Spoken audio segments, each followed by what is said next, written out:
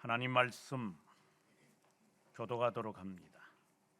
구약 성경 느헤미야 9장 1절에서 4절의 말씀입니다.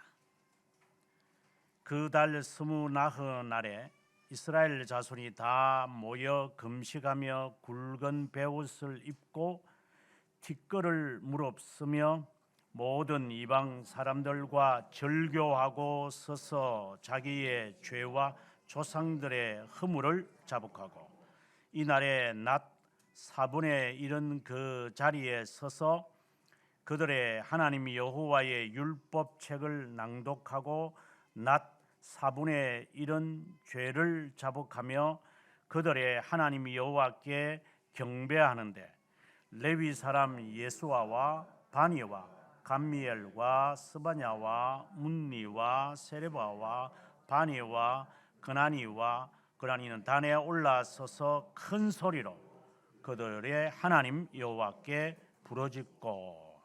아멘. 오늘 읽었던 말씀 가운데서 4절의 말씀을 함께 읽도록 합니다.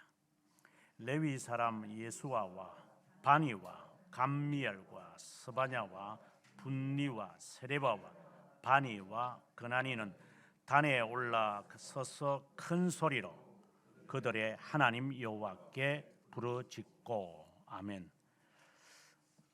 오늘의 이 말씀은 그 속죄일에 관한 메시지입니다. 이스라엘의 그 구약 성경의 백성들에게서 가장 중요한 날은 속죄일입니다.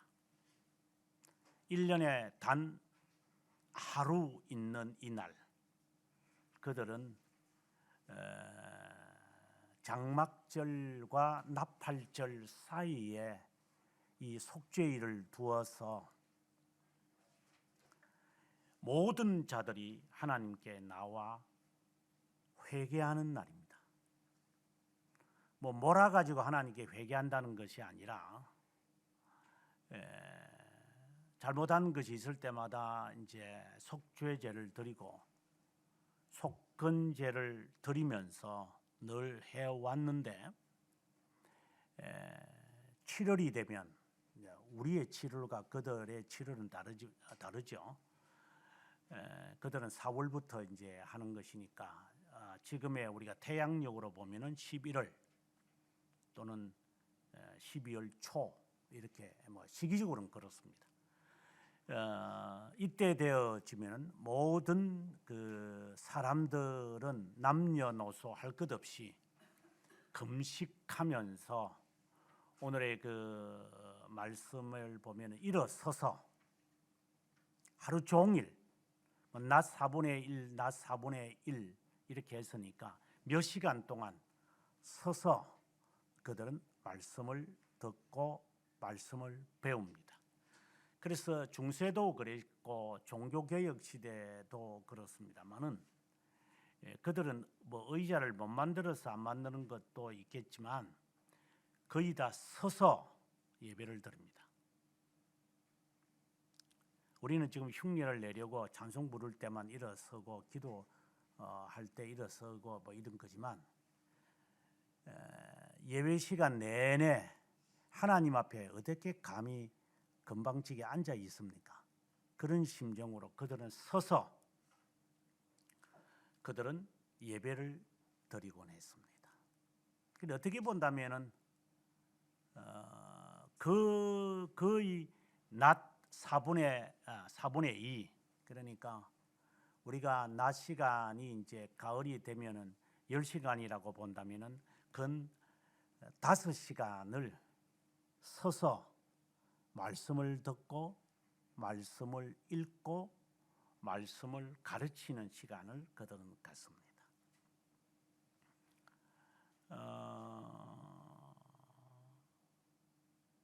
그걸 흉내내자는 것은 아닙니다. 점점 이제 20세기에 와서 의자의 문화가 되면서 이제 교회들마다 긴 의자도 다 집어치고 이제는 극장식 의자로 다 바꾸고 그리고 극장식 의자도 이제는 귀찮아서 이제는 아주 편한 의자, 신체에 딱 적합한 의자, 뭐 앉아서 뭐 설교 20분 들을 거 뭐 그런 의자가 왜 필요한지 난 잘 모르겠지만 그 20분이라도 편하게 한번 해보려고 이런 수작들을 부리는 것이 현대의 장난질 같아요. 그래서 중세 시대나 종교개혁 시기의 선배들하고 우리하고 비교해 보면 우리는 할 말이 없다. 이런 말을 제가 자주 하지만 그들의 삶은 그랬습니다. 오늘의 이 말씀을 그들은 문자적으로 그대로 지켰습니다. 왜 이들이 서서 이렇게 말씀을 들었을까? 그만큼 중요한 날이다. 속죄일이. 그래서 우리가 이 속죄일에 대한 이야기를 들으면서 우리는 무엇과 관련을 지어야 하느냐면 참된 회개, 회개죠. 회개와 관련을 지으면서 매일의 삶을 어떻게 해야 되느냐. 지금까지 여러분들이 신앙 훈련을 뭐 한답시고 뭐 여러 가지로 뭐 여러분 수련회를 비롯해 부흥회 뭐 여러 세미나 뭐 이런 여러 일들을 교회에서 합니다. 또 어떤 교회는 또 중생의 집회 이래 가지고 또 기간을 정해 가지고 부흥회를 하곤 합니다. 하여튼 이 모든 것들을 다 통틀어서 그는 형식이니까 어떻게 해야 되는지 하나님 앞에 어떻게 살아가야 되는 회개의 태도는 어떠해야 되는지를 오늘 본문을 통하여 분명히 배워야 됩니다. 참된 회개라고 해서 우리는 죄와 싸운다고 그럽니다. 죄와 투쟁을 합니다. 칼빈스도 그렇게 말합니다. 죄가 형체가 있습니까? 죄는 형체가 없습니다. 그런데 어떻게 죄와 싸웁니까? 죄가 무엇입니까?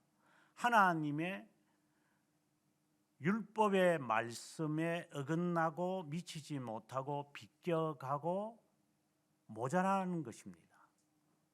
그러면 규정된 것은 딱 정해져 있습니다. 하나님의 법입니다. 법령, 칙령, 교훈, 훈계, 훈고 딱 정해져 있습니다.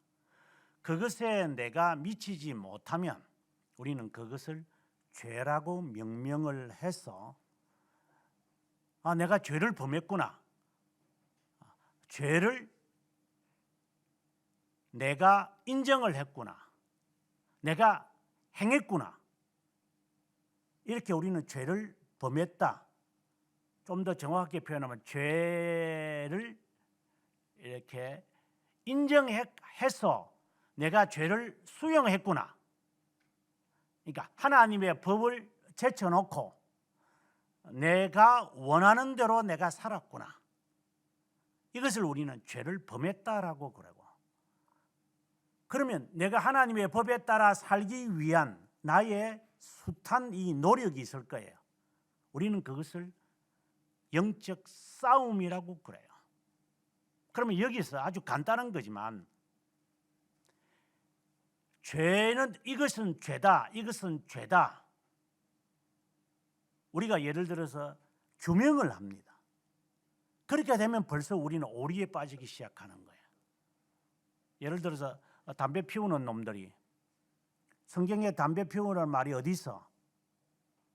교회에서 죄라고 정죄하니까 그러면 저거는 죄인이네. 이렇게 우리는 아주 단순하게 이렇게 명제를 설정합니다. 참 어설프죠.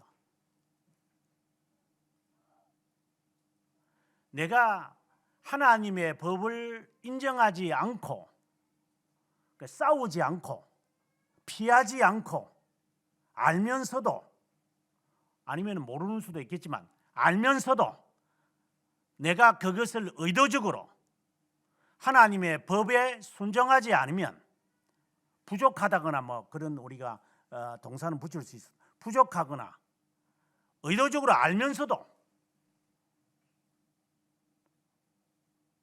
내가 행했다면 죄를 인정하는 것이기에 죄를 범했다 이 말입니다.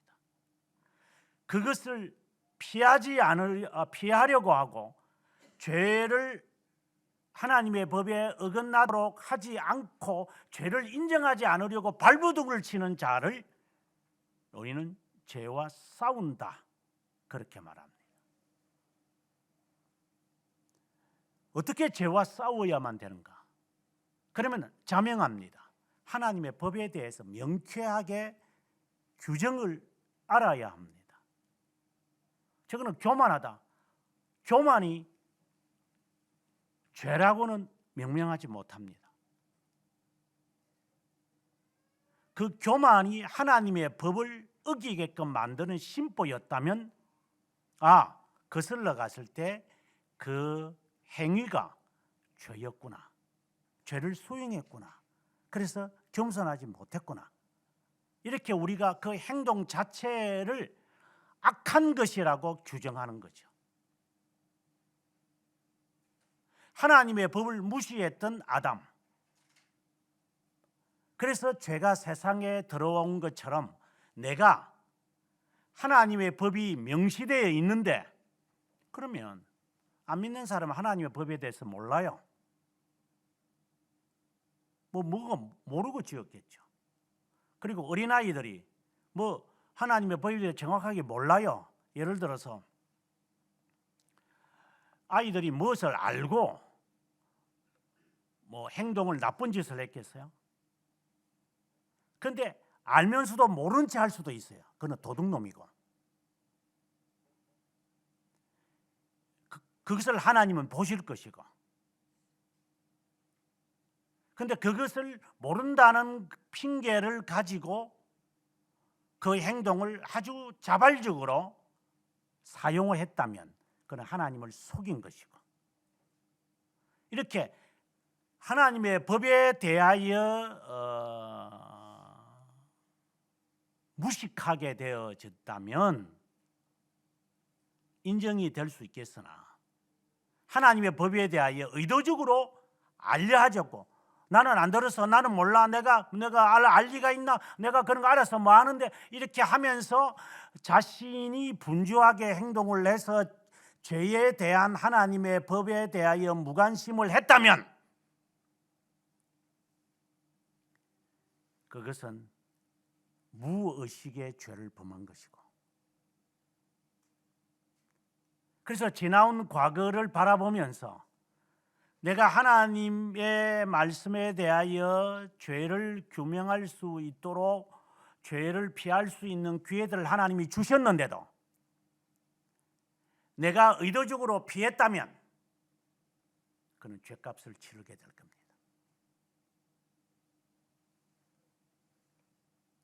그리고 이제는 내가 그것과 타협하지 아니하고 내가 수용하지 않고 이제는 피하지 않고 내가 담대하게 내가 대항하겠다. 이라면 그거는 회개가 되는 거고. 저는 이 시간에 여러분들에게 속죄 이래 이스라엘 백성들이 어떻게 회개했는지를 제가 소상히 밝힐 겁니다. 이대로 하셔야 합니다. 하지 않으면 죄입니다.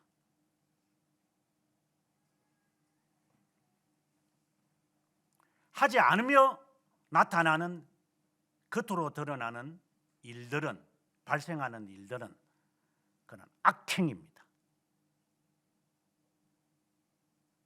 네가 악은 하나님이 창조하시지 않은 것이고 네가 가상적인 존재를 내가 만든 겁니다. 마치 마음의 바벨탑을 쌓는 것처럼 악을 네가 만든 겁니다. 그리고 그 악에 따라 나는 내가 만든 하나의 상아탑을 세워놓고 그것에 따라서 나는 내 행동을 따라갔다면 나는 사악한 자입니다. 심판받을 겁니다. 하나님 법 외에 다른 법을 너는 가지면서 이중잣대를 가지고 살았으니 그는 사악한 것입니다. 그러면 내가 가지고 있는 이중잣대라고 말할 수 있는 이 악을 내가 가지지 말아야 하니까. 그러려면 하나님의 법이 내가 가상적으로 상아탑과 바벨탑을 만들려고 하는 그 자리를 밀어내어야 합니다. 그 싸움을 하지 않는 것은 죄를 영입하는 전제적 행위입니다.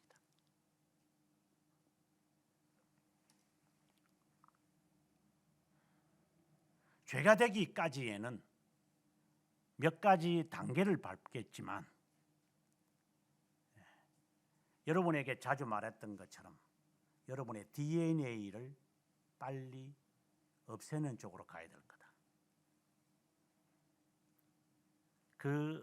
없어지지 않을 거니까 얼마나 싸우느냐에 따라 나는 사악한 자의 분류가 되든 아니면은 의인의 분류에 들어가든 그는 내가 행동을 하고 하나님은 이미 제1원인자로서 규정이 되어 있는 겁니다.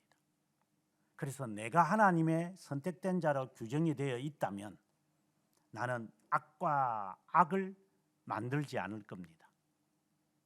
또 그것을 따라 살아가는 사악한 자가 나는 아닐 겁니다. 그럼 내 속에 내가 만든 것은 다 악이니까 악의가 있고 그리고 그 악의를 나는 품고 있고 그래 악을 만들고 악한 것에 대한 의도를 항상 생각을 해. 사악한 묵상이라는 말을 칼리비를 통해서 우리가 듣지만 이게 한 두고 보자. 이게 악이잖아요. 이러한 악의들이 이 가상적인 악을 만들어 놓은 채로 우리는 살아가. 이것이 나중에 뭐 꼭 시기적으로 나중은 아니나 이 죄들로 그대로 일렬로 딱 서서 그대로 가는 겁니다. 죄를 범하려고 작심하지 않으나 자신의 가상적 악을 따라 살아가면 당신은 그 다음 단계는 자연스럽게 미끄러져서 엉덩방아 치가지고 뼈가 부스러질 겁니다. 엉덩방아 한번 당해보셨어요? 뼈가 한번 갈라져 본 적이 있는지 모르겠습니다만 한번 갈라져 보십시오.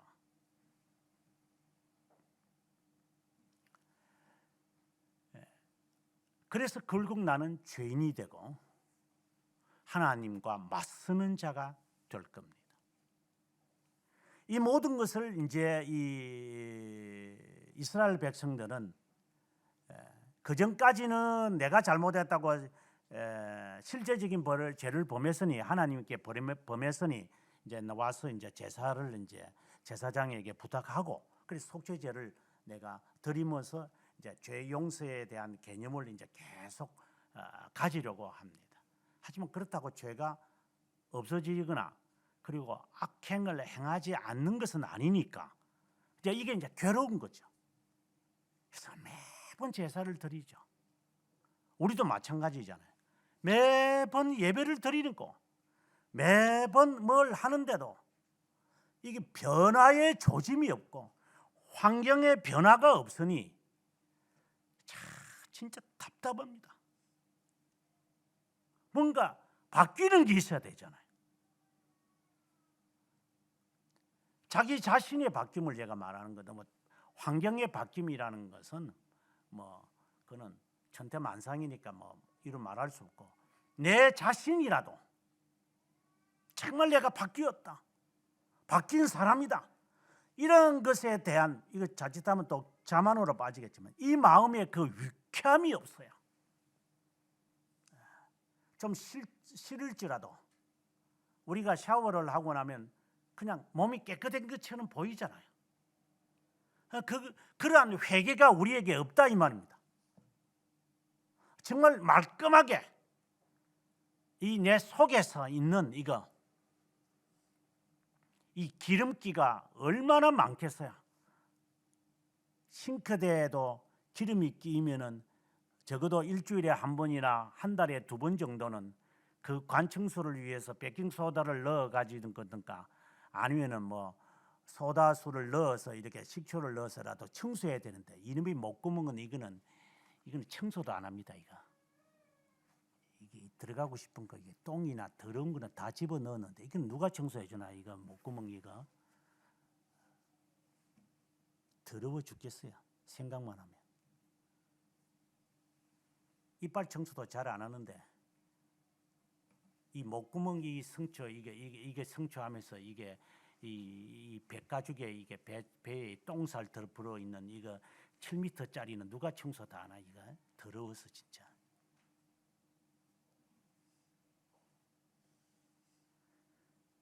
우리는 깨어나지 못합니다. 이게 정말 답답한 부분들입니다.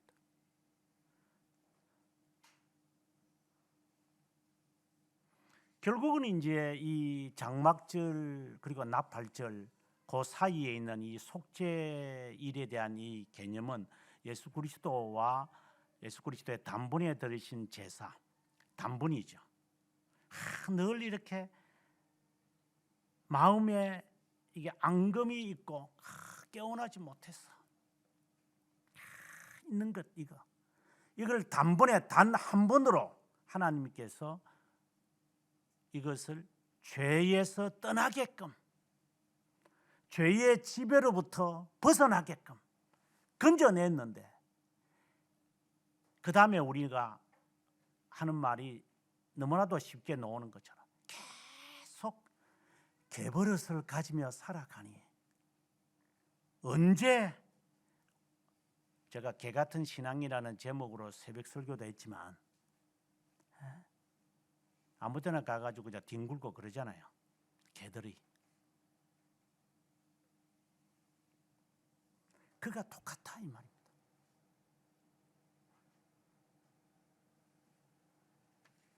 오늘의 이 본문의 이제 속죄일에 대해서 어떻게 이제 이 느헤미야가 진행을 했는지를 우리가 한번 말씀을 통해서 보면 좋겠습니다. 먼저 8장에 보면 8장 2절에 일곱째 달 초하루에 라고 했습니다. 제사장 에스라가 율법책을 가지고 회중들 앞에 남녀노소 전부 새벽부터 정오까지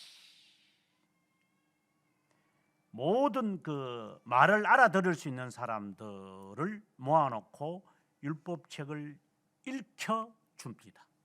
설교했다고 생각하셔야 돼요. 설교를 했습니다. 새벽부터 정오까지 했으니까 적어도 6시간 동안이라는 말입니다.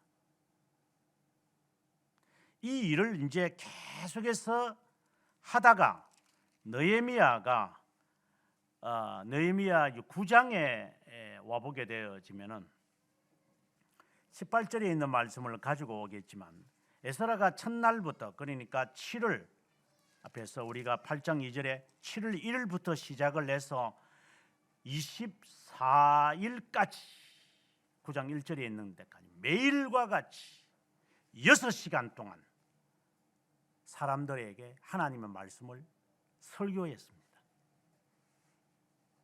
그리고 그 사람들은 이제 속죄일에 이르러서 24일이 되었자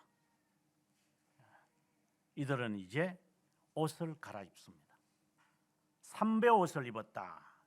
보통 그렇게 말하는데, 삼배라는 말보다는 세례 요한이 입었던 옷을 생각하시면 됩니다. 양떼 그 털옷, 그 낙타 털옷을 그가 입었다 이렇게 말합니다. 그것처럼 누더기 옷이죠. 제가 금요일 날 설교할 때 걸베이라는, 경상도 사람들이 거지를 걸베이 이렇게 말하는데, 걸레 조각들을 걸치는 것처럼 자기를 아주 추하게 만들어서 머리에 티끌을 막 덮었습니다. 그러니까 인간이라고 생각 안 합니다. 그때는. 어떤 때는 회개하는 사람들 보면 머리털을 확 집어 뜯는 사람도 있습니다. 그래서 머리털을 뜯든지 머리에 재를 막 뿌려서 코끼리 동물하고 비슷한 거죠. 동물들이 그냥 아무나 그냥 물 그 구덩이 이런 데 가서 그냥 뒹굴뒹굴 구르는 것처럼 그렇게 나라는 존재를 망각할 수 있는 한 망각하려고 그래 먹는 것도 식음을 전폐해 버립니다. 벌써 이 자세는 형식을 말하는 게 아니라 벌써 이 마치 제가 목요일날 제가 수요일날 설교하면서 했던 그 중생의 경험에 대한 설교하면서도 했겠지만 제가 부흥 집회를 할 때 아이들한테 그렇게 말을 할 때 이 아이들은 각오를 딱 한다 그랬잖아요. 오늘 나는 결단을 한다. 오늘 나는 이 휴지 한 통을 다 적실 것이다. 이놈들은 이 날을 위해서 이 수련회로 왔기 때문에요. 그래서 100명이 넘는 이놈들은 각오를 단단히 합니다. 나는 이 날을 위해서 지금까지 내가 잘못한 것을 총정리할 것이다. 그래서 그날 되면은 뭐 아이들이 저렇게 대화도 잘 안 합니다. 밥도 잘 안 먹고 혼자 있는 묵상 시간을 계속 지내게 만듭니다. 그런 거 해보셨는지 모르겠지만 마치 우리가 주일 교회에 오기 전에 아마 아침에 일어나면서 머리가 땡땡 해가지고 아마 일어나는 것도 힘들어가지고 뭐 저도 마찬가지지만 우리는 그렇게 합니다. 그렇게 진짜 오늘 안 가면 안 되나? 또 무슨 핑계 안 되나? 진짜 오늘 오사고사고 몸이 막 어깨도 아프고 이 핑계 좀 대고 오늘 좀 교회 좀 쉬자고 할까 그냥. 이거는 뭐 합법적이고 뭐 자기 정당하고 이거 자기 합리화하잖아. 뭐 이거 근데 또 전화가 와서 회사에서 급한 일이 생겼다고 일이 터졌다고 하니까 핑계 잘 됐네 뭐. 이런 놈들하고는 질이 다릅니다. 그거는 개고.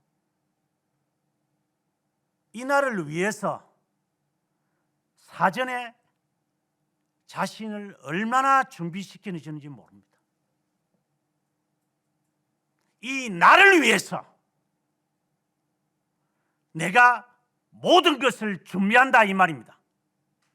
주의를 지키는 자세가 그러해야 한다 이 말입니다.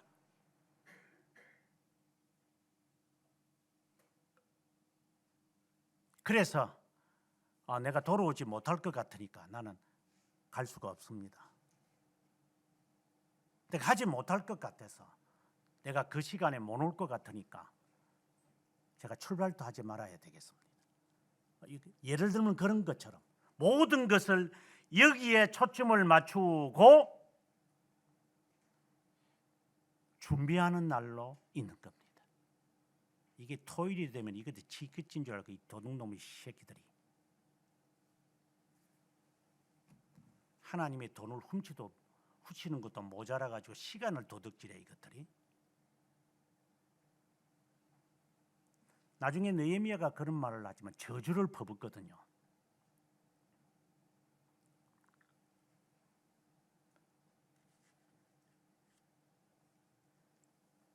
속죄일에 대한 준비는 이 사람들은 철저했습니다. 이거는 율법주의라고 보면 안 됩니다. 이거는 영적인 하나님의 아브라함의 백성의 자세를 말합니다. 그리고 난 다음에 2절에 가보면 두 번째 자세를 하는데 이방 사람들과 절교했다. 이렇게 죄를 멀리했다. 근데 자기의 죄와 조상들의 허물, 이거는 원죄를 말합니다. 내가 가지고 있는 본래 내가 아주 부담 없이 행하는 것들이 있어요. 습관적으로. 내 부모가 이러니까 나도 그렇게 하는 것이 있어요. 제가 이 부분에 대해서 여러분에게 정말 귀에 못이 박히도록 말해요. 네 부모처럼 안 살려면 부모하고 멀리 살아라. 부모의 신앙을 네가 담고자 하는 것에 대한 불만이 있으면 부모 신앙을 내 족보에서 지워버려야 할 거다. 여기에 툭 하면은 조상 이름 거론합니다.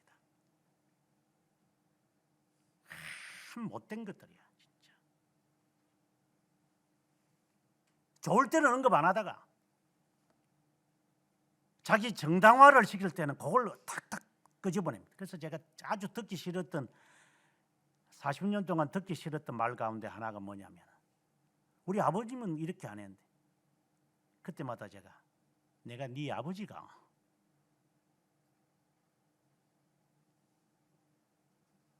나는 네 아버지를 본 적도 없어. 내가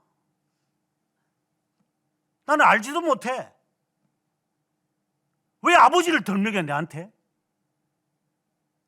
알 수 있는 것을 덜먹여야지. 요런 아주 못된 요 DNA가 우리에게 다 삭두고 있어가지고 때마다 이게 툭툭툭툭 튀어나오는 거예요. 이게. 그 DNA라고 제가 말을 하죠.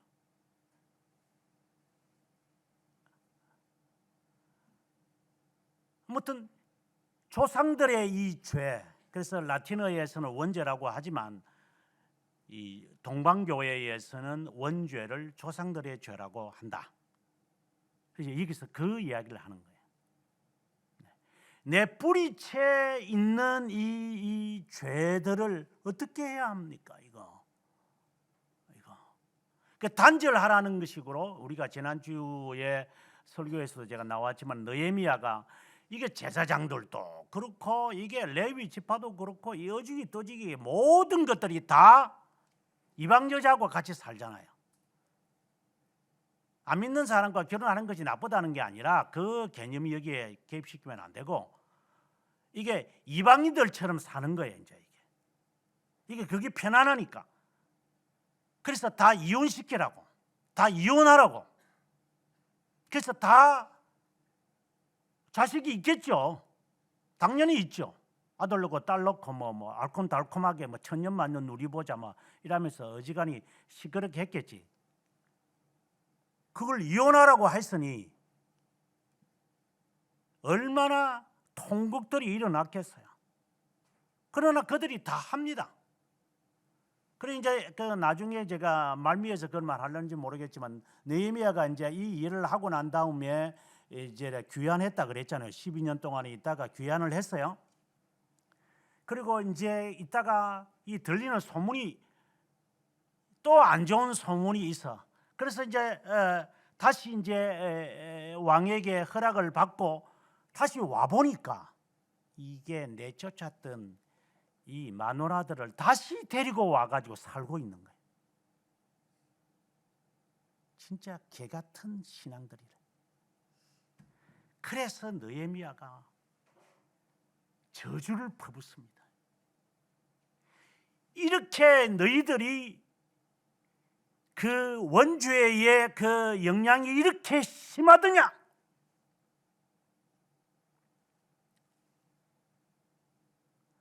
내 앞에서는 너희들이 그렇게 한다고 다 떠나 보내놓고 내가 떠나고 나니까 다시 불러들여서 그렇게 살고 있느냐? 옛 습성이 그렇게 좋더냐 이 말입니다. 아까 제가 말한 것처럼 툭 하면은 덜먹여가지고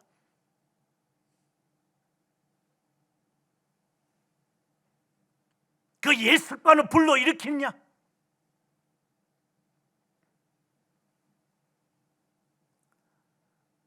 이러한 것이 실제로 느헤미야의 결론이지만, 하지만 그 가운데 참되게 회개하는 자가 있기에 우리는 그것을 지금 보면서 우리가 닮아가려고 지금 하는 거예요. 그 다음에 세 번째로 4절에 보면은 레위 사람들이 단상에 올라섰다 이랬어요. 그럼 여러분들이 한번 생각해 봐야 돼요. 지금 제가 지금 단상에 섰죠. 그럼 사람들이 다 볼 수 있게 했다는 거예요. 그러면 이 지도자들이 앞에 쫙 서서 그 다음에 4절 마지막 부분에 가보면은 큰 소리로 하나님 여호와께 부르짖었다 이렇게 말을 해요. 그럼 우리가 볼 때 할렐루야 주여 우리가 한번 일창 한번 하고 통성기도 합시다. 이렇게 보통 제가 교회들을 가보면 거의 대부분이 그렇게 통성기도 하면 다 그렇게 하고 이 앞에 있는 부목사들이나 목사들이 이렇게 마이크 붙잡고 하는 교회들이 꽤 있어요. 뭐 지난번에 갔을 때 10월 달에인가 10월 달이 아니 9월 달이니까 그 같은 교회는 그렇게 안 하더라고. 그래서 내가 조금 낫네 하는 생각을 들어봤지만 그거를 말하는 게 아닙니다. 이 레위 지파 지도자들이 앞에 서서 단상에 서서 사람들을 다 바라보면서 사람들이 다 바라볼 수 있게끔 서가지고 큰 소리로 여호와 하나님께 부르짖었다라고 하는 이 말은 그렇게 하라는 것을 말하는 것이 아니고 바알을 숭배하는 것처럼 고함치면서 기도하라는 게 아닙니다. 지금 한국 교회는 거의 바알을 지금 섬기고 있는 것들이니까 이 고래고래 뭐 고래고기도 안 먹는 것들이 고래고래 소리는 지르는 줄 아는데 누군가 그런 말을 했는가? 무슨 잔칫날이 되면은 돼지 한 마리 잡아와 가지고 이게 돼지고기를 서로 이렇게 나누면 그때는 냉장고가 없으니까 옛날 사람들이 돼지 한 마리 오늘 돼지 한 마리 잡자. 사이가 왔으면은 닭 한 마리 잡도 되는 거니까 닭 한 마리 잡자. 이렇게 해가지고 이 잔치를 벌이는 것이 우리에 있는데 여러분 돼지 그 잡을 때 그 돼지를 전부 다 살로 다 돼 있잖아요. 이 목도 없잖아요. 어느 동물이 목이 없을 정도로 살이 쪘겠어요? 디릭디릭 살이 쪘으니. 근데 그걸 죽여야 되잖아요. 돼지 죽이는 거 보신 적이 있어요? 한번 가보세요. 도살장에 가서 돼지를 어떻게 죽이는가. 그래서 우리가 하는 말이 돼지 목 빼는 소리, 목 따는 소리 한다고. 돼지 죽을 때 그 소리를 아마 들어보면 아마 돼지고기 못 먹을 겁니다. 이게 안 죽으려고 고통스러우니까 돼지가 티굴티굴 굴면서 사람은 거기에 가가지고 목을 따잖아요. 칼 가지고 싹 빈다고. 그러면 피가 너무 그렇게 가면서 이 소리 지르는 것만 막 기가 그냥 울릴 정도로 이게 이 돼지들이 소리를 질러. 이 바알을 섬기는 놈의 새끼들이나 한국 교회가 고함치면서 하는 그 돼지 목 따는 소리를 하면서 하는 것이나 다를 바가 무엇이 있을까? 그러면서 돼지 삼겹살은 좋아하지. 뭐 닭을 죽이는 것은 봤어요? 개 죽이는 것은 봤어요? 한 번도 본 적은 없지.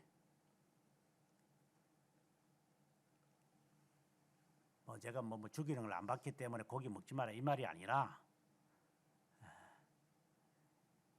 그 동물들이 죽는 그 소리 정말 이렇게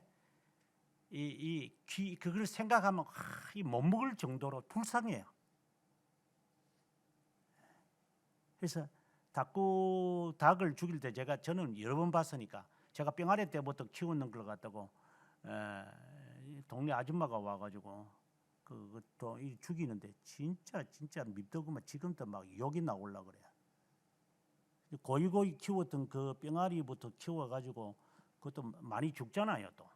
그래 키워놨더만은 오늘 좋은 날이니까 은성아 오늘 네가 키웠던 그 닭 잡아먹자 이라는 거예요. 안 돼요. 이렇게 숨겨놓고 갔더만은 학교 갔다 오니까 벌써 죽어버렸어. 이놈의 이 할마탐구가 그냥 내보고 먹으라고 또 그래. 진짜 입에서 욕이 나오네 진짜.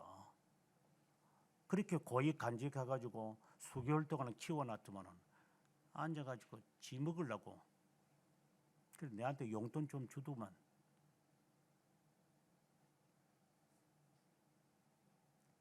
불쌍합니다.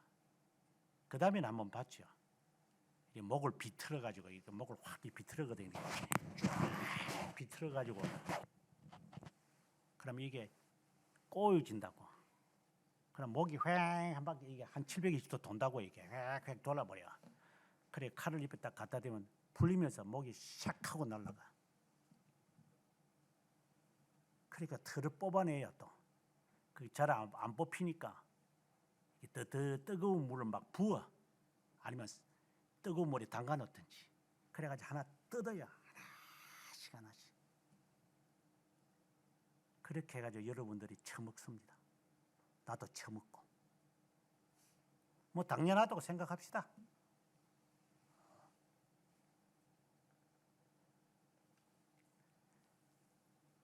돼지가 죽건 소가 죽든 동물들이 나를 위해서 죽을 때 그 소리를, 속죄제를 드리면서 사람들의 마음이 어땠는지를 한번 상상해 보라고 여러분에게 하는 이야기입니다.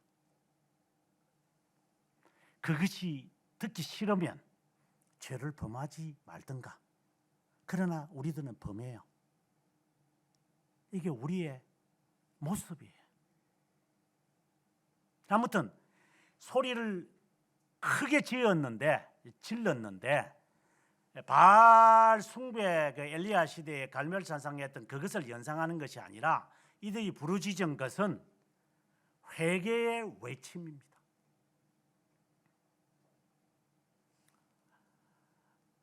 회개하라고 하는, 마치 그 세례 요한이 외친 것처럼 외치는 겁니다.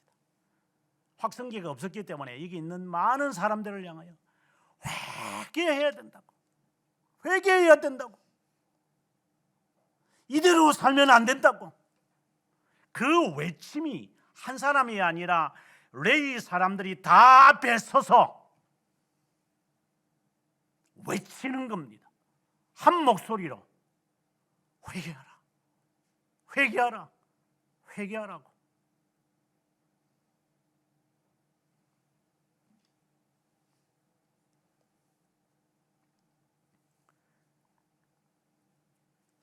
이것이 이제 우리가 흔히 말하는 속죄일의 과정이에요. 그러고 난 다음에 이제 6절, 이제 5절 뒷부분부터 나옵니다만은, 이제 이들이 사람들 앞에 하나씩 하나님의 법에 대하여, 다시 말해서 하나님에 대한 섭리의 역사를 하나하나 이야기를 합니다. 이것이 이제 우리가 지금으로 말하면 설교가 되겠죠.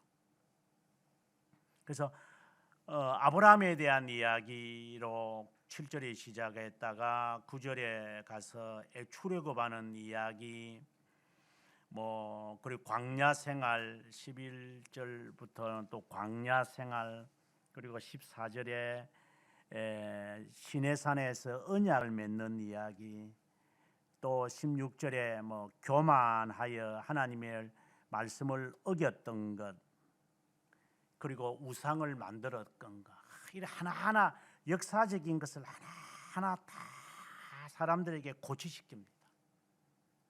그 조상들의 죄를 말하고, 우리 하나님이 여기까지 인도한 것을 18절에 가보면은 하나님을 크게 모욕하였는데도 하나님은 40년 동안 21절에 우리들을 기르셨다. 그러니까 하나님이 참으셨다, 이렇게 말합니다. 뭐 쉽게 말한다면은 40년 동안 당신들 걸어다니면서 신발 없었던 적이 있어요? 이 말입니다. 저는 이 말씀이 정말 와닿는 자입니다.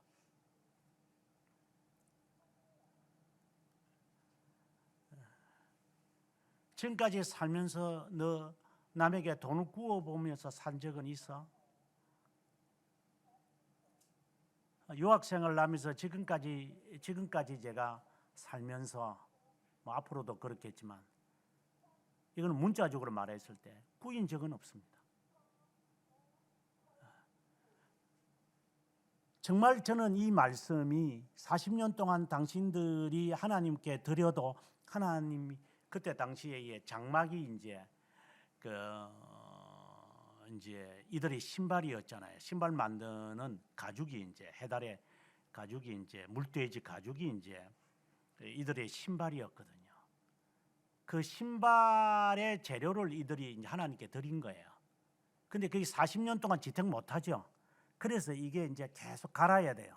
그리고 이 지붕이 이게 오래 가지 못하거든요. 그래서 그렇게 했는데 당신들이 발이 발이 부르튼 적은 있었습니까? 이 말씀이 저는 정말 제 인생 속에서 저를 정말 지배합니다. 하나님이 당신들을 굶겼습니까? 만나를 주지 않았습니까? 근데 왜 도둑질합니까? 이 말입니다. 하나님의 법대로 살면 하나님께서 먹이시고 입히시고 재우시고 즐기게 하시고 마시게 할 건데 왜 도둑질을 하십니까? 이게 하나님의 백성에 대한 외침입니다.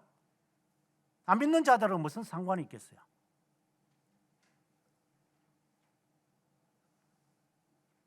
그리고 당신들이 가나안 땅에 들어갈 때 칼이 있었습니까? 방패가 있었습니까?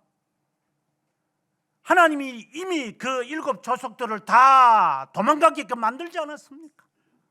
당신들이 여리고 성을 싸울 때 하나님이 어떻게 여리고 성을 무너뜨렸습니까?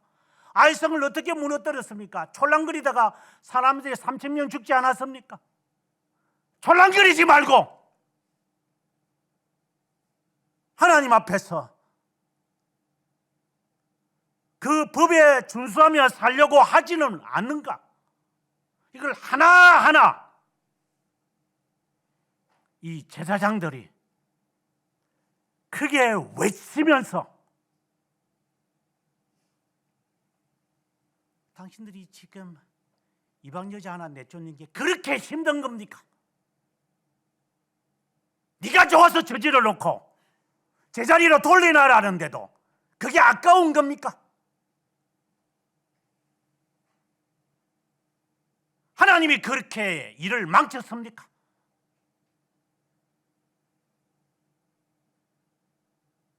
다 지가 만들어 놓고서는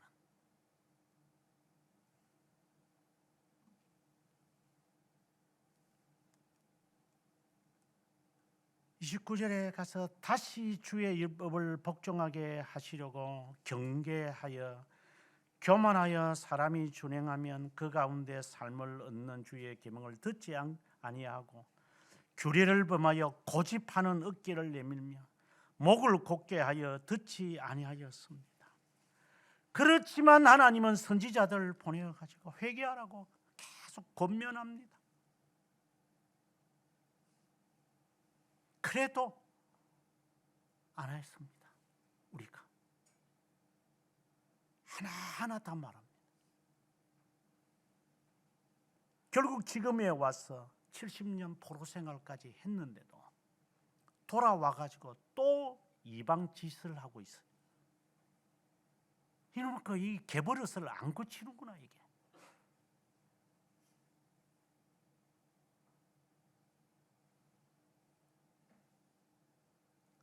(36절에) 가보면 오늘날 종이되었는데 우리 조상들에게 주사 그것의 열매를 먹고 아름다운 소산을 누리게 하신 땅에서 우리가 종이 되었습니다.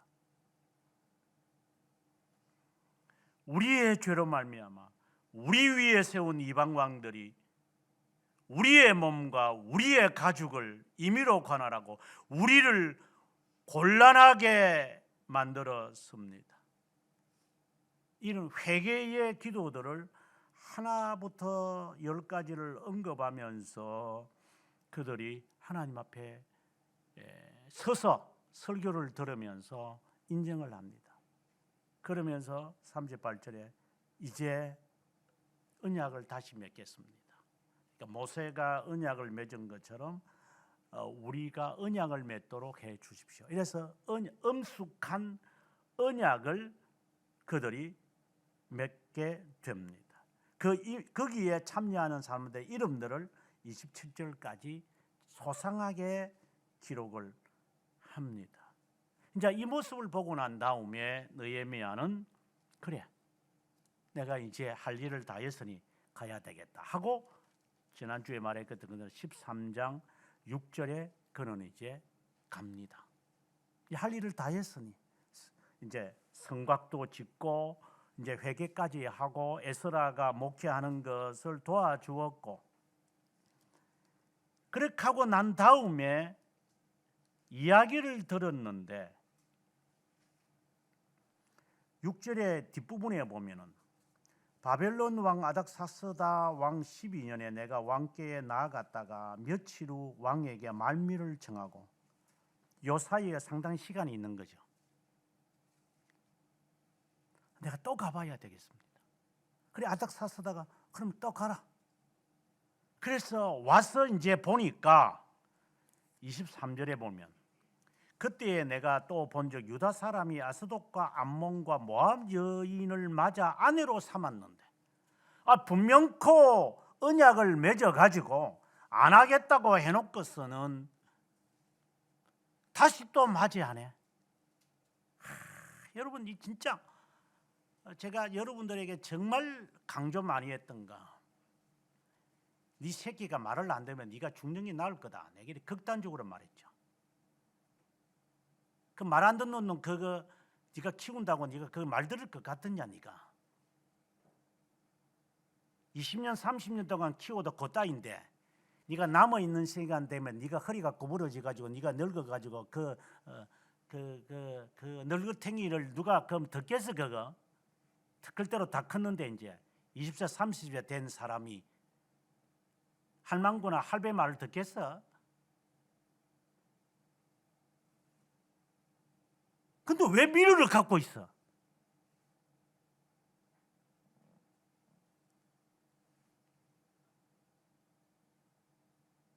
될 놈은 시궁창에 처박아 놔도 피맞아 씨앗이 거꾸로 뒤집어 넣어도 하늘을 보고 제대로 올라와. 이게 아주 안 좋은 말입니까?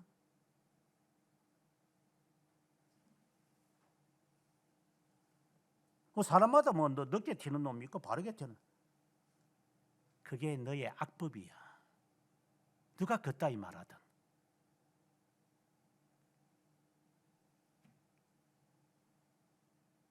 어느 철학자가 하는 말을 네가 인용을 하고 있어. 악에 가득 차 있어요 안에. 우리가 예수를 믿으면서 새로운 삶을 살겠다. 우리 다 약속을 다 한 사람들이. 다시 덜명이지만 교회의 규율을 따르겠다고 우리는 하나님 앞에 선언했어요.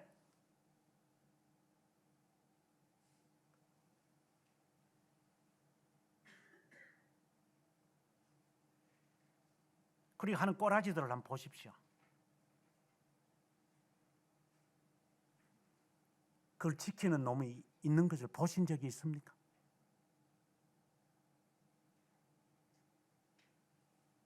맹세한 것은 손해를 보더라도 지켜야 된다.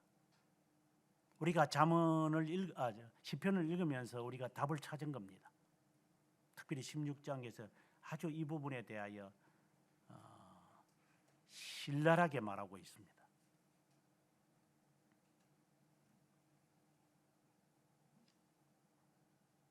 이는 우리 모두에게 해당되어지는 거죠.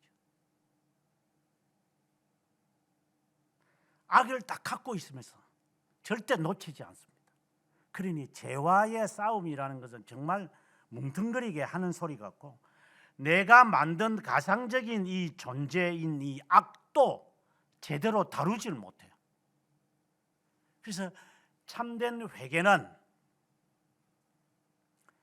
인간이 갖고 있는 동행하고 있는 악의 삼총사, 칼빈도 그렇게 말을 하고 하이델베르크에도 벨지카에도 그 말하고 웨스트민스터 신앙 고백서에서도 그 말하고 이 세속에 물들지 말라. 이 세상이 있다. 이 세상에 이 악이 있다. 세상에 이 문화와 이 조선 애들이 우리에게 주는 이 악이라는 것이 있어요. 악. 이 악에 속하지 말라고 제발. 남이 하니까 하지 말라고. 우리가 흔히 하는 말들은 저 집에도 피아노 가르치고 저 애도 미술학원 보내고 미술학원이 죄고 피아노 학습소가 잘못입니까? 이래저런데 다 쓰고 나니까 정말 하나님의 것임을 인정을 못해. 지가 쓸 것이면 그거 다 써놓고. 어떤 놈은 이런 놈도 있더구만. 제가 돈을 이렇게 빌렸는데요. 그래서 이자 없이 이렇게 빌려준 적이 있었던 것 같은데, 그래서 몇 년 동안 공짜로 이자 없이 잘 써. 성경에 이자를 붙이고 하지 말아서 그렇게 했던가 본데.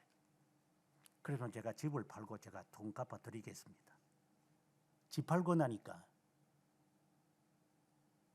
마치 아나니아와 삽비라처럼 더 급한 이자가 물어야 할 돈들이 있네. 그거 다 갚고 나니까 드리려 했는데 뭐 또 빚을 다 갚고 나니까 지금 또 빚이 또 생겼습니다. 이 도둑놈이 새끼야. 예수쟁이가 그런 놈들입니다. 팔기 전에는 네 것이 아니더니 팔고 나니까 내가 마음대로 더 있는 다 갖고 나니까 갚아야 할 게 없어. 이제 어차피 이거는 공짜고 이거는 이자를 안 낼 건데, 이런 악한 법이 우리의 속에 내재해 있으면서 하나님 앞에 외쳐요.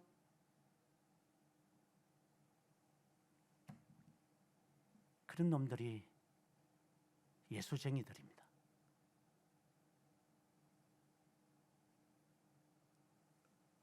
하나님의 법은 아주 우습지 않게 범하면서 지 것도 아닌 것을 지 것처럼 다 소유하고 사용하면서 이제는 계산하자 하면은 종들을 죽이고 나중에 하나밖에 없는 아들을 버리면 듣겠지 해서 줬더만 이것도 죽여버리고, 이게 세상의 모습들. 이런 악한 법이 우리를 괴롭혀요. 우리가 이걸 싸워야 돼요.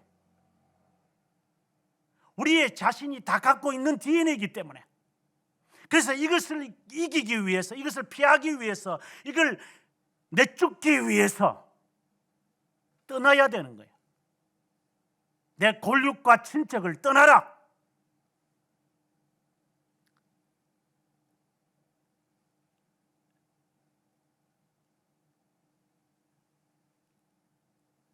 뭐 모르지. 여러분들은 대학생들, 여러분들 아마 부모님한테 돈 다 받아가지고 아마 대학원 졸업했으니까 그래 날라리들이겠지만, 저는 돈 받은 적도 없고 제 자식한테 대학 등록금이나부터 돈 준 적도 없고,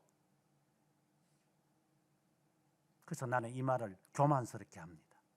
돈 받아 쳐가면서 하니까 이제 미안하지. 부모한테 부모 말 안 들으려니까. 안 받고 안 주면 되지. 실컷 받아 처먹었으니 기어내려니까 이 핑계 저 핑계 대면서 안 돌려주려고 그러지.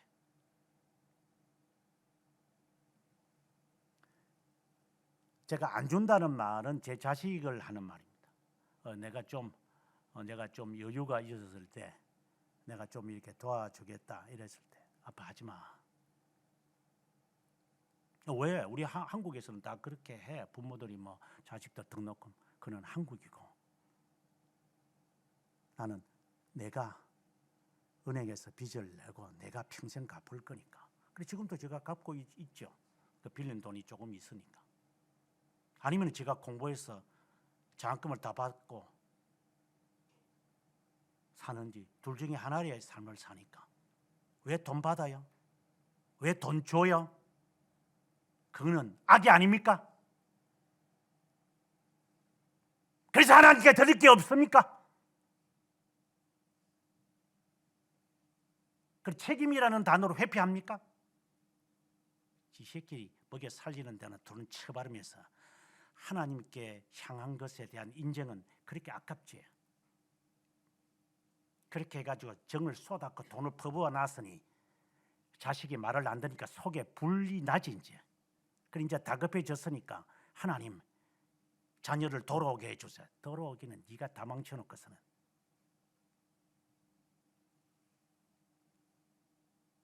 악에 악을 낳으면서 살아남고서는 뒤처리를 어떻게 감당하려고 그래. 우리는 이렇게 세상의 세속 문화에 쪄들어 살고 있는 우리예요. 저도 마찬가지겠지만 안 빠지려고 노력은 해야지요. 어떻게 하면 내가 세속의 문화에 빠지지 않으려고 하는 것인가? 그리고 사탄이, 그리고 내가 본래 가지고 있는 이 악의 법이 있다고. 이게 죄의 잔재라고 그러지. 이 잔재를 정말 이거 골치 아프게 없애야 돼. 근데 그게 되나 돼? 몰라. 이제 뭐 결혼해 가지고 같이 뭐 사랑을 나누면서 이렇게 참 한번 좀 지나봐 이제 개버릇들이 나오기 시작할 거니까. 막 그거 뭐 다 뭐 누구래 있는 거니까 뭐 그 정도는 삼아. 굉장히 어진 남편 같이, 어진 아내 같이 누구를 속이려고 그래. 네가 잘못할 때는 말하지 말라고 하는 입막음 아니야? 그게 용서라는 단어를 집어넣어? 타협을 하는 거 아니야? 그래서 내가 잘못할 때 너도 내한테 타치하지 마. 나도 너를 타치 안 했으니. 그래 합리화를 만들어 가는 거 아니야? 고칠 생각은 귀찮고 그걸 관용이라는 단어로 우리는 시멘트하고 있는 거 아니야? 내 속에 있는 죄의 잔재는 무엇인지 정체는 밝히고 있어요. 왜 우리가 제자리로 돌아가겠습니까? 속죄일에서 이스라엘 백성들이 하는 이러한 진리를 빼고 시간이 지나면 이들이 다시 이방 여자를 불러들이는 것처럼 역사에서 보면은 로만 가톨릭들이 뭐 여러 전제들의 서론적인 이야기가 있겠지만 이런 죄들을 범하여지는 것을 이제 악행들이 뭐 예를 들어서 뭐 이방의 문화들이 막 있으니까 이걸 없애야 되겠다. 이렇게 해서 그들이 만든 방법이 있어요. 보통 우리가 흔히 말하는 영성 훈련이라고 생각하면 돼요. 그래서 가장 첨단에 있는 게 이제 그 3단계로 입신하는 거예요. 보통 우리가 이걸 묵상에서 지나쳐서 관상의 신학으로 가는 것을 말해요. 그러니까 참 이게 하나님의 말씀을 따라 우리가 순전하게 살아야 된다. 그래서 사람들이 자기들이 악법을 만들었다 그러잖아요. 8가지 악법을 만들어요. 음식 많이 처먹지 마라. 사치하지 마라. 그리고 욕심을 부리지 마라. 그리고 말에 순화를 해라. 이러면서 이제 8가지를 이렇게 이들이 다 만들었어요. 악법을 만들어요. 그래서 그걸 없애려니까 지금 제가 여러분들 보고 그걸 닮아가면 안 된다 이렇게 외쳐요. 그러면 그걸 없애려고 하니까 이게 없어지나 이게. 그래서 그들이 방법을 이렇게 만들어냈죠. 그것을 우리가 흔히 말하는 영성신학이라고 하는 거죠. 그래서 이것을 하려면 육체적으로 제어하자. 그래서 육체를 금욕 생활을 해서 내가 뭐 예를 들어서 육체적으로 막 굶든지 어떤 일을 하는 것을 안 하든지 무슨 이렇게 육체적인 이 습관을 통해 제어를 통해 가지고 우리도 그러잖아요.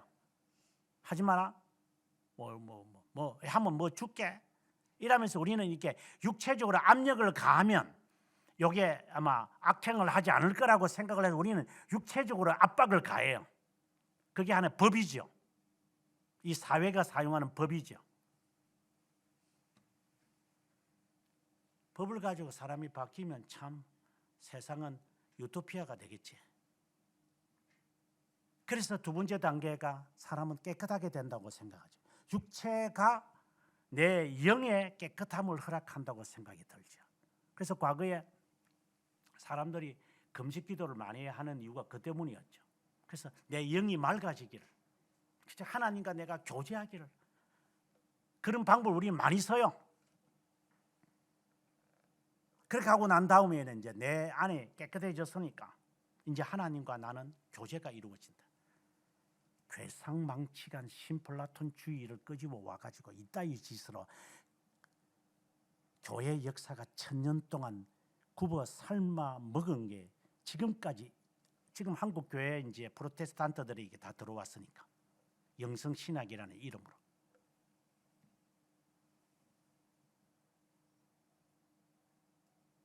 온통 하는 짓거리들이 그따위 짓거리고, 목사님들이나 장로놈들이나 교회 지도하는 놈들이 다 그따위고, 그것을 빼버리려고 하니까 마치 오늘 큰 소리를 치는 것처럼, 이는 자기 방어를 말하는 게 아니라 외칠 수밖에 없고,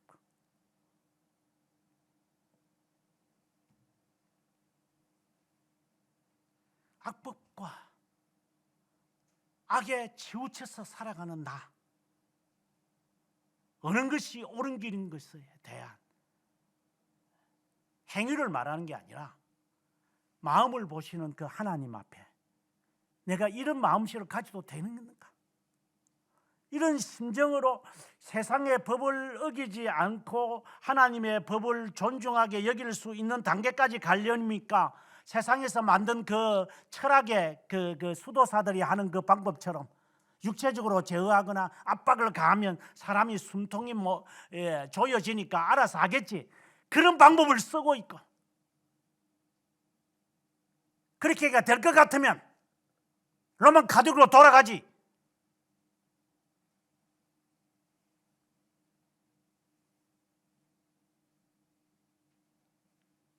정말 어릴 때는 실제로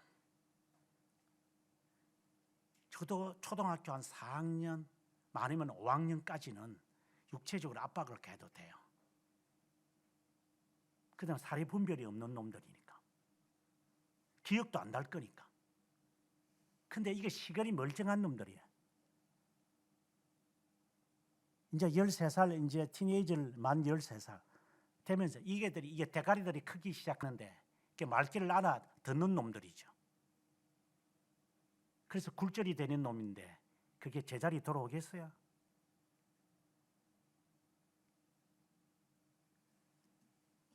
압박을 가한다고 해서 그게 압박을 받아가지고 제자리 되겠느냐고. 콧방귀를 끼지, 호랑말코들이니까.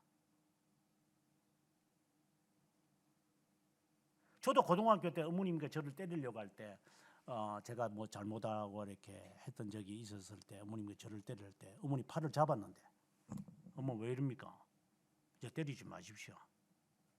그때 어머니가 나중에 하는 말이, 그때 내가 소름이 끼쳤다. 이제 내 나의 관할에서 네가 벗어났구나. 이제는 너에 대해서 내가 할 말이 없구나. 그래서 나는 하나님께 더 매달렸단다. 이제는 컨트롤이 안 되잖아요. 아버지도 없는데. 이게 학교에서 뭘 하고 찌그러 돌아다니는지 어떻게 알게? 엄마가 어떻게 그 남아들을 컨트롤해요? 시간이 멀쩡한데. 그러나 어머니의 기도가 아니라 하더라도 제 마음속에 양심이 저를 쿡쿡 찌르면서 여기서 멈추자, 여기서 멈추자, 그런 세미한 음성들이 마치 내 양심의 소리죠. 나를 멈칫거려서 더 이상 나갔다가는 저렇게 망하게 될 뻔했는데, 그때마다. 그래서 우리는 어머니의 기도, 우리 찬송가에도 그랬지만 어머니의 기도로 못 잊어 돌아옵니다. 그래서 내가 기도하면 사람이 돌아올 거다. 그래서 우리는 기도하는 겁니다. 모니카처럼. 그 양심의 소리를, 하나님은 그 사람의 양심을 향하여 외치시기 때문에 육체적으로 제어한다고 해서 되지 않을 거니까. 이제는 우리도 마찬가지고,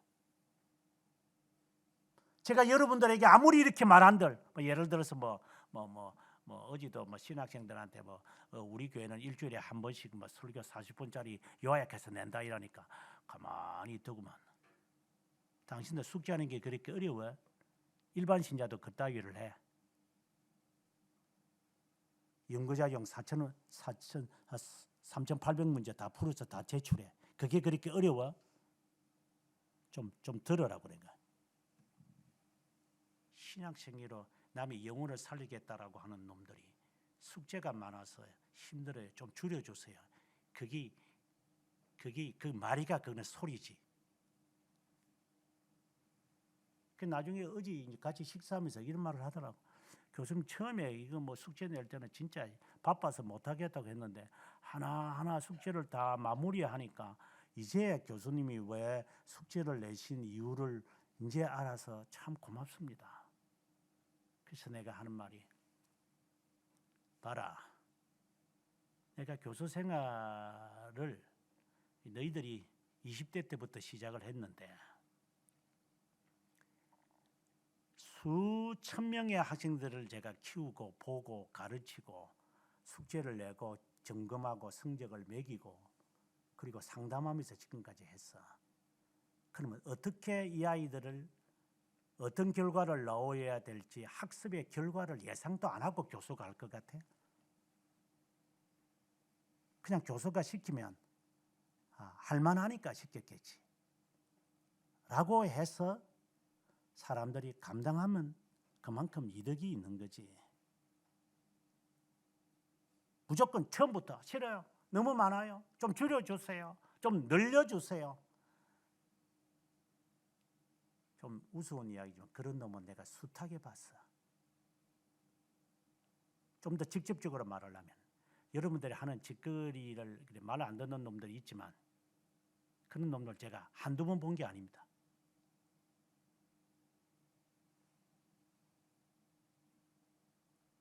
한두 번 본 게 아닙니다. 하면 그 다음 소리는 어가 나오는 걸 정확하게 알고 있습니다. 이 데이터에서 말하는 겁니다.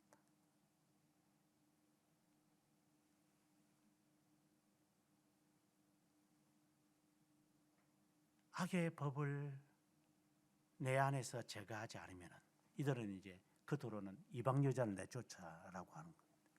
여기 보면 유다 방언을 못했다. 13장 24절에 보면 유다 방언은 못하는데도 자녀들이 아소도 방언을 절반쯤 하고 있고, 이게 무슨 작년이야 이것들이. 아소도 신앙에서 바알 신앙이에요. 그들의 단어를 쓰고 있어요. 제가 미국에 가서 이제 뭐 영어가 잘 안 될 때 이제 그들이 좋지 못한 단어를 이렇게 쓰니까 저희 애들이 학교에서 영어를 좀 배웠는가. Daddy, it's a bad word. Watch your tongue. 그래서 내가 그 말하면 안 되는구나. 그래서 내가 그대로 제가 그랬어요. 너가 2학년 때 3학년 때 내한테 그 말 지금 내 그대로 내가 너에게 말할까. 나는 고쳐서 지금 안 하지만 너는 안 하냐?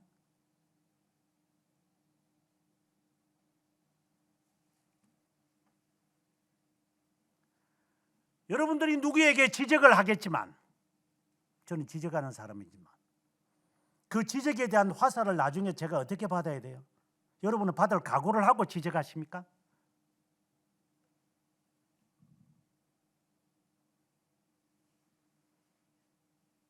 이건 안 무서운 겁니까 이거?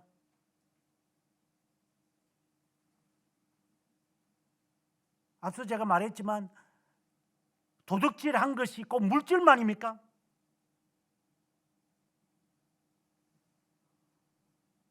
그걸 언제 갚을 겁니까? 갚기 전에 제가 갚겠습니다.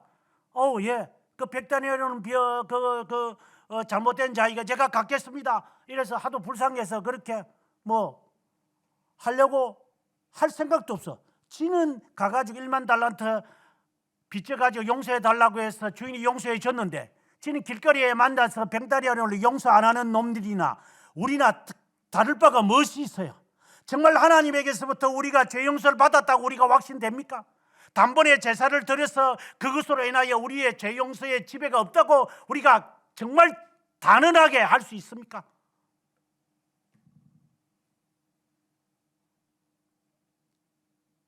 이스라엘 백성들은 속죄일이 되면 우리의 마음가짐은 비교도 할 수 없을 정도로 그들은 일어서서 주의 말씀을, 오늘 어떤 말씀을, 주의 말씀을 들어야 할까? 오늘 내 속에 있는 이 악습을 어떻게 해결해야만 하는 것인가? 이 마음을 가지고 에스라 제사장이 외치면 그 말씀을 6시간 동안 들으면서 그 말씀을 마음속에 새기고, 어떤 놈은 설교 들을 때마다 앉아가지고 지는 하나, 지는 잘하는 것 같다, 이런 소리를 하는 놈들도 있고, 별 같은 이 독사의 새끼의 심정을 가지고 살면서 하나님이 다 심판하는 것은 전혀 두렵지 않지.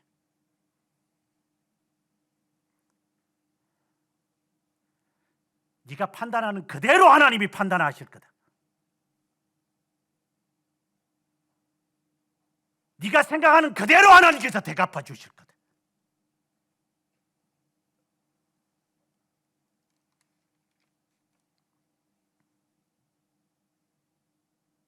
아쉬운 마음으로 느헤미야는 고향으로 돌아옵니다. 그 이후의 이야기는 말라기를 통해서 잘 알 수 있습니다. 이 버릇이 안 없어집니다. 그래서 우리가 하나님 앞에 눈물을 흘릴 수밖에 없는 거. 하나님, 노련해서가 아닙니다. 주님, 조금만 잘못하면 미끄러져 발목 삐어집니다. 몸무게가 많이 나가서 그렇습니다. 내 발목이 나를 지탱이 못할 정도로 많이 처먹었습니다.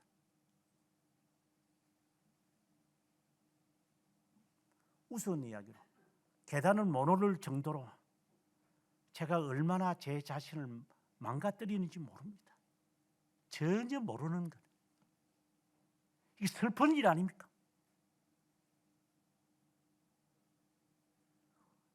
이거는 그냥 개인적인 이야기입니다. 뭐 지금 장로님이 이제 60이 이제 넘고 뭐 권지사도 60을 막 넘었지만 60을 넘으면서 딱 오는 것이 있습니다. 일반적으로 무릎이 힘듭니다. 어떤 놈은 우리 교회 여기에 와가지고, 지금은 교회 안 오는 놈이지만 그 계단 헛디뎌 가지고 그 발목 부스러져 가지고 뭐 몇 달인가 생고생하게. 그때 나이가 어려서 내가 그랬어요. 집사님, 운동 좀 하셔. 에? 그 계단을 헛짓는 사람이 어디 있어? 무릎이 아파가지고. 그러면 공부하든가 운동을 하든가. 그러면 말 안 듣더만 결국은 말 안 듣는 놈. 어디 가겠어 그 DNA가.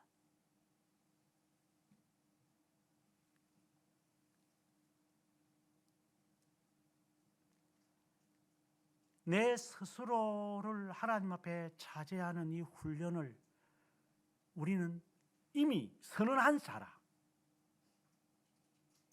그래서 우리는 하는 거잖아요.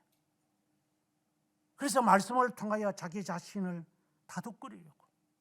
그래서 지도자들이 앞에 서 있는 것처럼 지도자들에게 와서 꾸짖어 주세요. 오늘 세게 한번 꾸지람을 받아야 되겠습니다. 레위 지파들이 큰 소리로 외치는 것처럼, 의사가 마치 진단하면서 꾸짖는 것처럼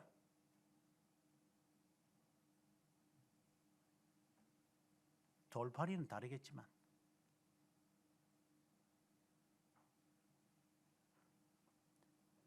속죄일은 하루에만 그치는 시간성 이벤트성이 아닙니다. 참된 회개로서 매일같이 내 삶의 실천에 가야 합니다. 죄와의 싸움에. 그러면 하나님의 법에 어긋나는 것이 죄기에, 죄의 정체에 대해서 오늘 제가 말한 것처럼 죄의 정체를 배우시기 바랍니다. 나는 그것과 싸우고 있는 완성된 자는 아닙니다. 하지만 제가 언젠가 그런 말도 제가 했죠.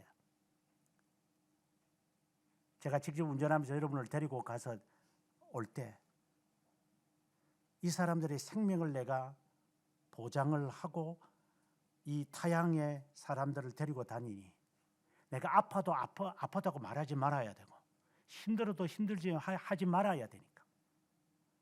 그리고 이들을 안전하게 대한민국의 가족풍으로 돌아가게 하면 나는 내 사명을 다한다. 나를 믿으십시오. 라고 제가 설교 시간에 몇 번 한 것처럼 이 시련 저 시련을 겪으면서 개혁신앙에 들어왔으니 저를 한번 믿어보십시오. 힘들다고 미루지 말고 악으로 깡으로 한번 해보십시오. 안 하고 불평하지 말고 해서 안 되면 절제, 억제, 자제해서라도 하고 보겠다 라는 삶을 바꾸는 악의 법에서 떠나십시오. 그리고 난 다음 이 훈련을 받고 있는데 사업이 안 되거나 직장에서 잘못 행동을 되어져서 그런 것은 제외하더라도 하나님이 나를 못 살게 인생을 망쳐버렸다거나 좀 기다려보면 또 어떻게 하나님께서 회복시키는지 우리는 모르지만 인생에 기울어져가는 상황이 되어져서 내 삶이 우리가 흔히 말하는 복으로 되어지지 않았다면 그때 가서 예수 믿지 마세요. 그때 가서 찾아와서 내가 무덤이 뭐 없겠지만 무덤을 파내가지고 이 새끼 미친놈의 새끼 따르다가 인생 조졌다 싶어서 제가 썼던 글들이나 제가 편찬했던 책들을 향해 저주를 퍼부으십시오.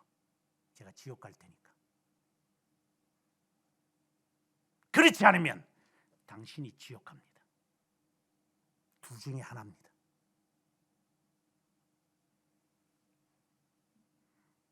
내가 지옥 가든 그렇게 순종하지 않고 버티다가 지옥 가든 둘 중에 한 놈은 지옥 갈 겁니다. 매일 참된 회개하십시오. 매일 하나님께서 나에게 새날을 줍니다. 불평하지 마십시오. 세속의 문화를 가지고 자기 방어책을 삼지 마십시오. 하나님의 법에 자기를 굴복시키는 훈련을 하시기 바랍니다. 우리의 왕, 구원자, 요새, 산성, 힘, 생명이 되신 야훼 하나님, 영원부터 영원까지 계시는 하나님, 그 하나님의 은혜로 인해 하나님의 존전에 담대하게 접근하게 해 주셔서 감사합니다. 삶의 순간, 그 순간에 나의 야훼 되시고 아도나이가 되시고 엘샤다이가 되시고 여호와 라파가 되시고 여호와 이레가 되시는 하나님을 바라보게 하옵소서. 우리의 시선이 순간마다 일마다 세속에 눈을 돌리고 싶을 때가 있음을 고백하오니 때마다 꾸짖으시고 큰 소리를 외치며 주여 멈추게 하옵소서. 이스라엘 백성들이, 제사장들이 단 위에 서서 사람들에게 외쳐